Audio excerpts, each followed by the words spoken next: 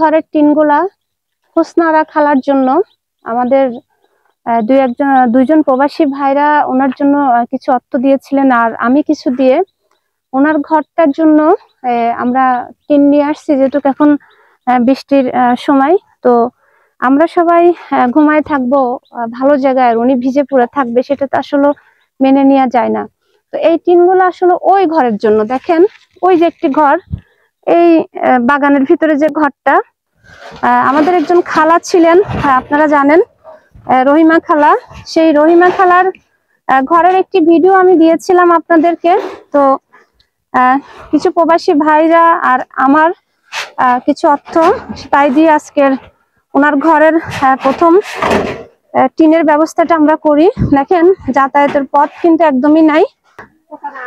রহিমা খালা আছেন? থাকলে বেরোন তো আপনি। দেখেন আপনার জন্য কি নিয়ে আসছি। দেখি এদিকে বাইরে রাখো, বাইরে রাখো, বাইরে রাখো। হ্যাঁ এখানে রাখো। হ্যাঁ সবগুলো নিয়ে আসতে হবে।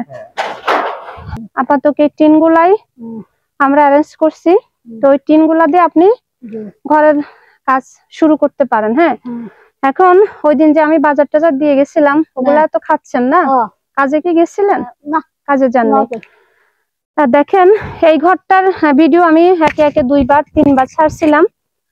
তো এখানে ওনার ঘরের টিন গুলো আমি আজকে দিয়ে যাচ্ছি, এবং পরে হয়তো আবারও কিছু দেওয়ার চেষ্টায় থাকবো। তো এই খালাটা খুবই অসহায়। আপনার কথা বলেন, আপনি বলেন। বেশি অসহায়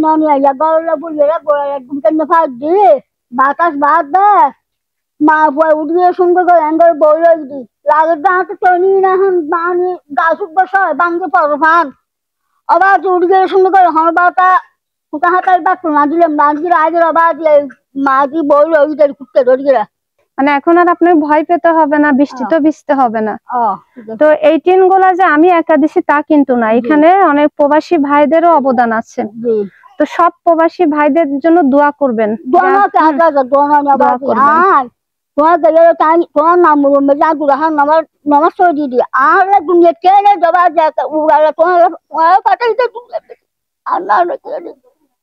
দুনিয়াতে কেউ নাই আপনার। ভাত খাইছেন? দুপুরে ভাত খাইছেন? দেখেন উনি, ওনার স্বামী মারা গেছে এবং 2টা সন্তানই ওনার প্রতিবন্ধী। একটা মেয়ে, ওনার মেয়ের বয়স কতটুক দেখিয়ে দিকে আসো তো মনি। ওনার মেয়ের, এই মেয়েটার বয়স কতটুক আপনার? 15-16 বছর। আচ্ছা 15-16 বছর বয়স ওর না? আচ্ছা 15-16 বছর বয়স। ও মানসিক প্রতিবন্ধী, মানসিক প্রতিবন্ধী। তো এইখানে উনি অসুস্থ শরীর নিয়ে আয় রোজগার যা করার উনিই করে, কারণ ওনার আয় রোজগারের মানুষ আর নাই, একমাত্র উনি। তো এই যে টিন গুলা দেখতেছেন, এখানে যে টিন আছে আশা করি ওনার ঘরের হয়ে যাবে। তো এখন ঘর কি এখানে বানবেন নাকি অন্য কোথাও বানতেছেন?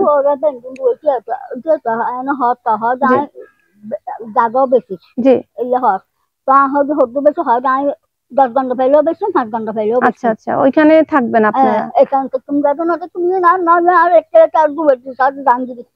আচ্ছা আচ্ছা, এটা মানুষের জায়গার উপরে থাকেন আপনি? এটা হলো মানুষের জায়গার উপরে উনি থাকে। তো এত বছর এখানে ছিল, এখন এইখান থেকে অন্য জায়গায় উনি ঘর শিফট করবে। তো এখন ধরেন আর এই যে সাপের ভয়, শিয়ালের ভয়, মানুষের ভয় আর আপনাকে পেতে হচ্ছে না। টিন আছে, এখন বাকিটা উপর আল্লাহর উপরে ছেড়ে দেন। যেমনি হোক ঘরটা যদি দাঁড় করাতে পারেন তাহলে মোটামুটি আপনি সারাদিন পরিশ্রম করে ঘরে আসি তো একটু শান্তিতে ঘুমাইতে পারবেন। এটা পাচ্ছেন? তুমি কি হাত দিই না যে হইলে পানি রাখতে যাজন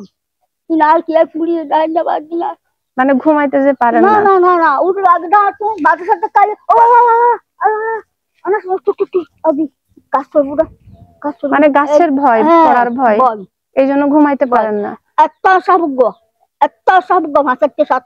হ্যাঁ আদি ঘরে তো এইসব যদি যদি নামাইতাম একদিন রাতে ঘুম গেলে একদিন রাতে মারি দিত বিষাক্ত সাপ।